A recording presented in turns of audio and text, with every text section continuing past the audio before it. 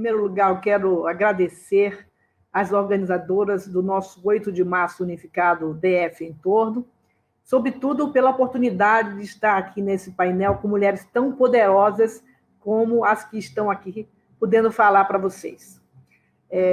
Eu acho que esse é um tema extremamente importante, sobretudo nesse momento histórico que nós estamos atravessando. É bom lembrar que nós vivemos desde sempre numa sociedade machista, racista, homofóbica. E nós também precisamos lembrar que, desde sempre, o patriarcado nos reservou um espaço privado, mas nunca quis nos permitir adentrar no espaço público. Isso é uma grande realidade. Mas a gente também tem que perceber que todos esses traços eles foram extremamente relevados, ressalvados, neste período histórico que a gente está vivendo, quando tem um presidente da República que estimula ainda mais o machismo, o racismo, a homofobia e, evidentemente, com todos aqueles seus seguidores, né? Então, a gente pode... Acho que foi muito importante a fala da professora Flávia Biroli, porque ela fez questão de mostrar a nuance que existe da diferença entre a violência histórica a que as mulheres sempre foram submetidas e essa questão da violência política, que é um fenômeno, sobretudo, a partir de um processo de participação mais acirrado das mulheres na vida política, né? Então, nós acabamos de assistir, nas eleições municipais do ano passado, a vitória de várias mulheres negras, de várias trans. E o que aconteceu depois? As ameaças que essas mulheres sofreram e estão sofrendo. A Carol D'Artora, que foi eleita vereadora de Curitiba, a primeira mulher negra vereadora de Curitiba, ela, no dia seguinte, que tomou posse como vereadora, já foi ameaçada. As outras companheiras também recebem cotidianamente ameaças dentro do parlamento em que elas estão representadas. A gente viu, como já foi falado aqui, o episódio lá na Assembleia Legislativa de São Paulo de um homem que tentou apalpar os seios de uma deputada. Quer dizer, são coisas extremas, mas essa violência política ela se demonstra a partir de várias maneiras mais explícitas como estas, né? E maneiras mais sutis.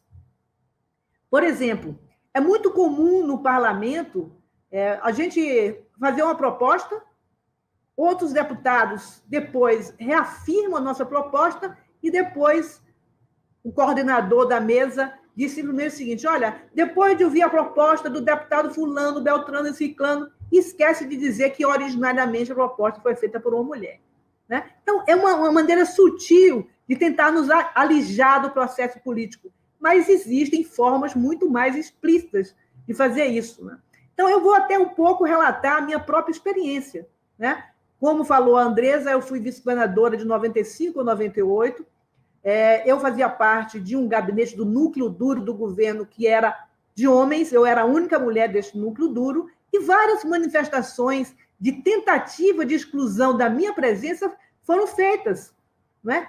Às vezes, no final do dia, reuniões que eram feitas no gabinete, regadas, às vezes, com um uísque, uma coisa qualquer, e que eu não era chamada. Um dia eu descobri que havia essas reuniões e eu entrei. Eu falei, peraí, vocês estão tomando aqui, conversando aqui no papo, mas estão tomando decisões e eu quero participar dessas, eu tenho o direito de participar dessas decisões, né? Então, são demonstrações pequenas dessa coisa que perpassa, né, esse universo masculino que nem sempre, até mesmo eles se dão conta, né?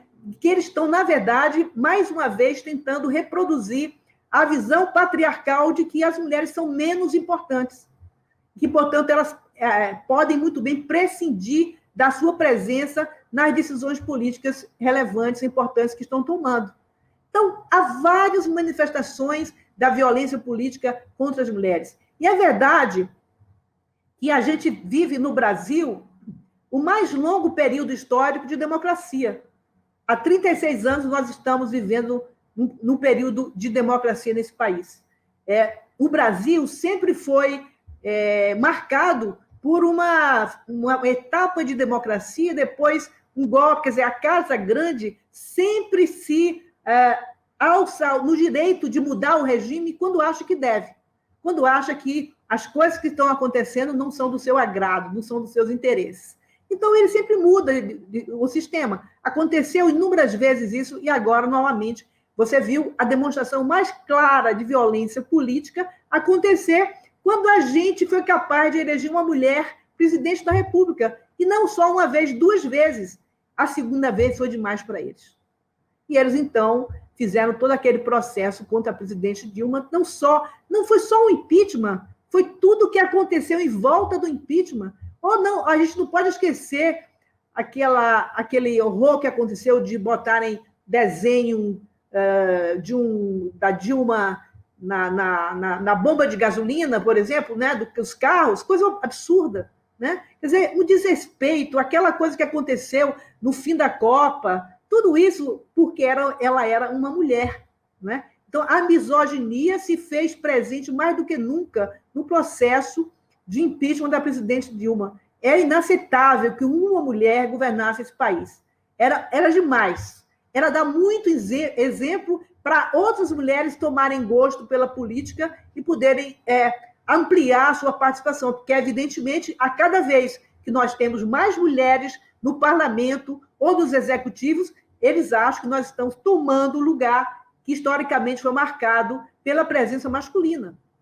Então, eles tentam barrar essa nossa presença. Não é à toa que a gente vive, dentro dos nossos próprios partidos, que são partidos de esquerda, uma luta permanente para romper toda e qualquer possibilidade de um companheiro nosso ser violento com sua companheira, toda a possibilidade de minorizarem a nossa presença dentro do partido. O partido já tem hoje, por exemplo, o direito de paridade. Em todas as instâncias dirigentes do partido, somos iguais, homens e mulheres. Mas, todo o tempo, as demonstrações de violência política contra as mulheres, elas podem ser vistas.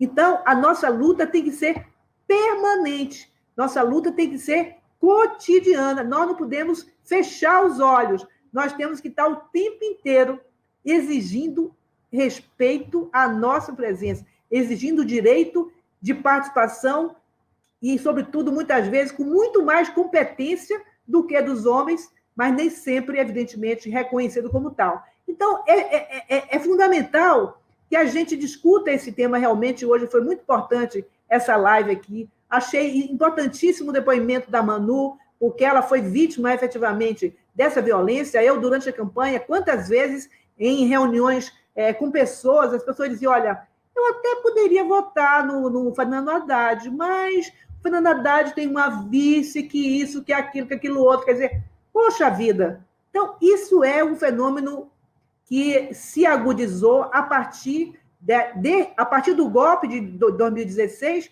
mas, sobretudo, após o advento desse governo Bolsonaro, que está aí infernizando a nossa vida, né?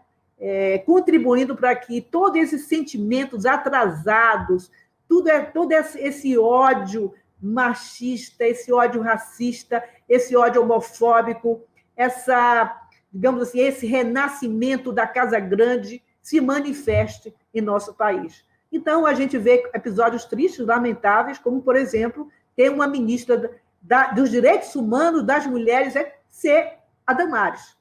Eu nunca me esqueço de ter ouvido a Damares falar que aquele episódio que acontecia lá na Ilha de Marajó, que meninas eram engravidadas precocemente, que as meninas eram colocadas à disposição da prostituição. E ela dizendo que o problema estava em que não se usava calcinha, que tinha que se fazer uma fábrica de calcinha para resolver o problema. Quer dizer, a gente ouviu uma coisa dessa de uma ministra, sabe? Realmente é algo ridículo, algo absurdo, que nunca poderia acontecer. Como é que essa mulher pode ser ministra das mulheres, pode ser ministra dos direitos humanos?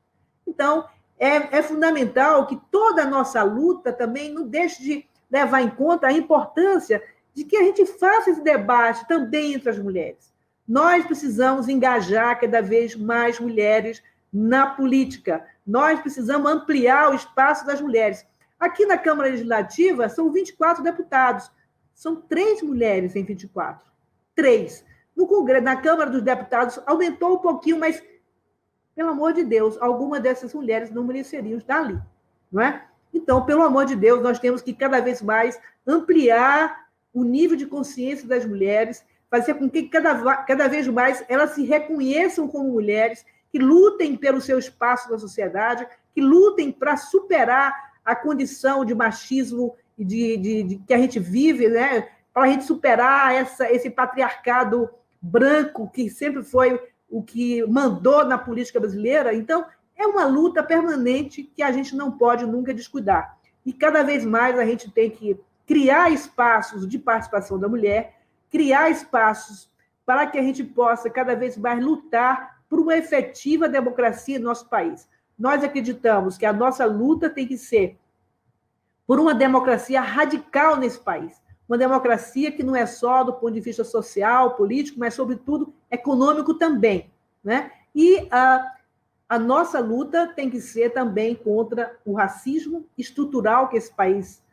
manifesta. Nossa luta tem que ser contra a homofobia e fazer com que, cada vez mais, os seres humanos sejam respeitados como eles são. Então, esse é um grande desafio que está colocado para todas nós, para todos nós, e nesse momento histórico é ainda, digamos assim, mais exigido de cada um de nós, de cada uma de nós, porque realmente a situação está muito grave. A gente está vivendo nessa pandemia que está tirando a vida de milhares de brasileiros e brasileiras, nós estamos vendo claramente quanto as mulheres estão sofrendo, né? Porque elas são as mais desempregadas, elas são as que mais sofrem violência doméstica e, evidentemente, o cerceamento de sua participação ainda se amplia diante dessa conjuntura.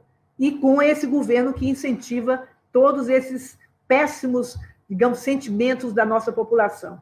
Então, realmente, é um momento histórico que a gente precisa superar e eu tenho certeza que são as mulheres que vão dar a maior contribuição para que a gente possa superar esse momento tão triste da realidade brasileira, para que não aconteçam mais casos como o da Marielle, para que não aconteçam mais casos como a tentativa que fizeram contra a Manu, contra a Dilma. Então, temos que superar isso e só vamos superar com a nossa própria participação política. E não sei quanto tempo tenho ainda, mas eu vou terminar com uma frase, uma frase que foi dita pela ex-presidente Michelle Bachelet, que eu sempre gosto de repetir em todos os espaços dos quais eu participo.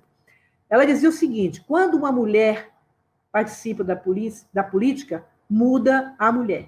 Quando muitas mulheres participam da política, muda a política. E é isso que nós queremos buscar, uma participação cada vez mais ampliada das mulheres na política. Temos que começar a, de fato, construir espaços de participação em todos os lugares que a gente puder fazer essa construção, para que mais mulheres se conscientizem da necessidade de lutar pela igualdade de direitos, lutar contra a violência de todos os tipos a que ela é submetida e cada vez mais se engajar no processo de construção de uma sociedade radicalmente democrática. É isso que nós queremos buscar. Eu quero agradecer mais uma vez por ter participado desse painel, agradecer ter convivido nesse momento com mulheres tão poderosas como as que estão aqui. Obrigada.